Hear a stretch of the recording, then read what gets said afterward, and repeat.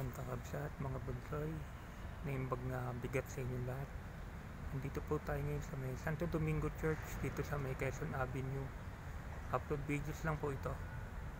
Napadaan lang po ako dito kasi may check up po ako ngayon sa doktor. Dumaan lang po ako dito. Yan po ang ng Santo Domingo Church. Yan po si Ma'am Santa Maria, nasa gitna. Month of the Rosary po kasi ngayon, October, di ba? Di nga po ako nakatin nung proseso nung Sanabal kasi nandun po kami sa probinsya. Living naman ng tita ko yun. Nandito tayo ngayon sa may Santo Domingo Church sa loob. Libot-libot ko lang po kayo. Yan po si Our Lady of the Most Holy Rosary. Yan.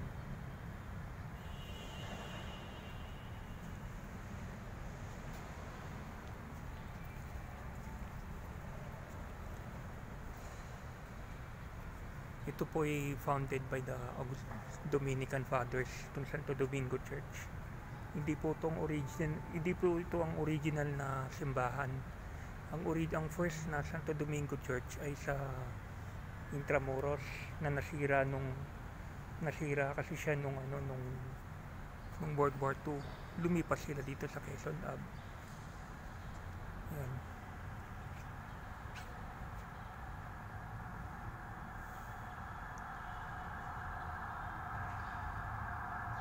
Upload videos lang po kasi kailangan ko rin pong bumalik sa hospital.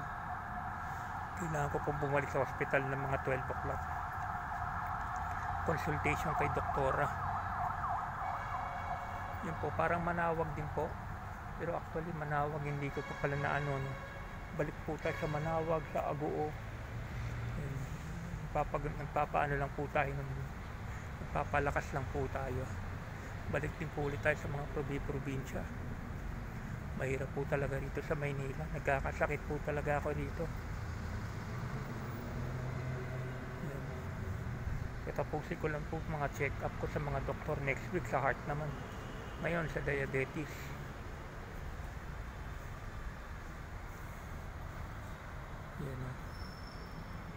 Yan po si Santo Domingo. Patron saint po ng Santo Domingo Church. Ito po yung loob ng simbahan. Pag mahal na araw, puno po ito sa 7 Palabras.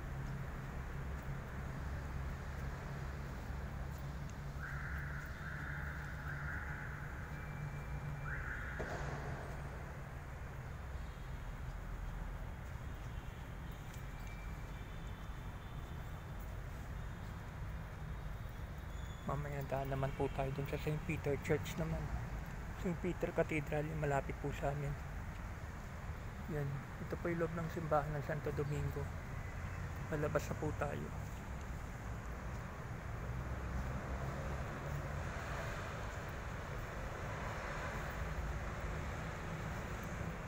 Yan po, yung mga choir, dyan po sila sa taas.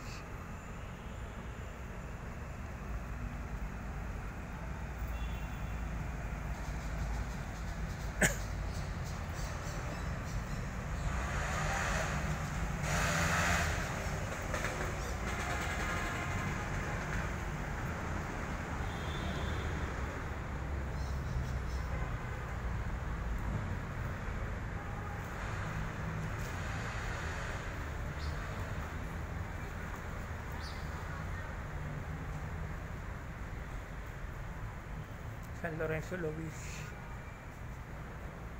Ay, San Pedro Calunsod pala to. Only Filipino saint. San Lorenzo Ruiz po, Filipino rin po siya, pero may lahing Inchik po kasi yun. Ito po talaga pure Filipino po si San Pedro Calunsod.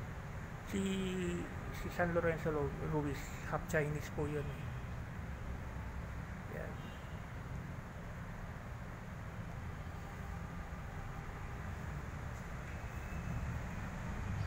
Labas na po tayo.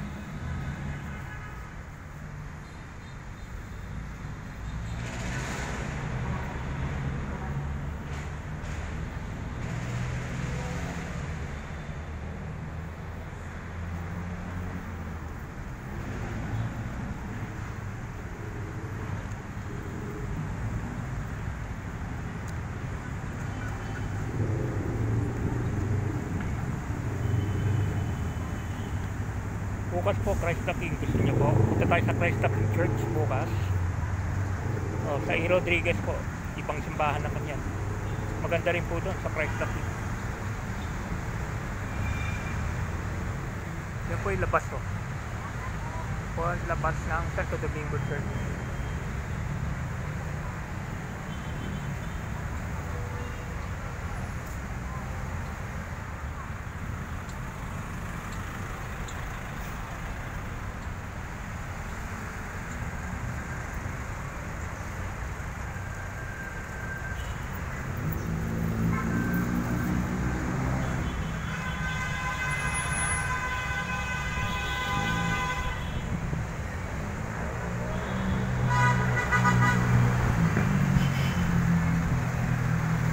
Balik na po tayo sa hospital.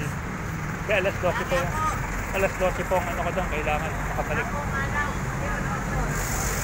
Kuhanan po natin ulit sa taas ng flyover sa Santo Domingo.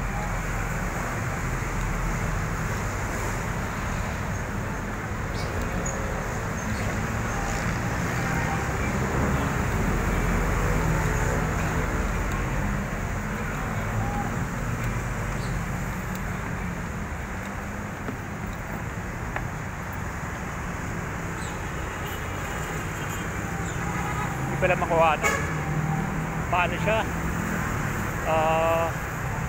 papuno kabila.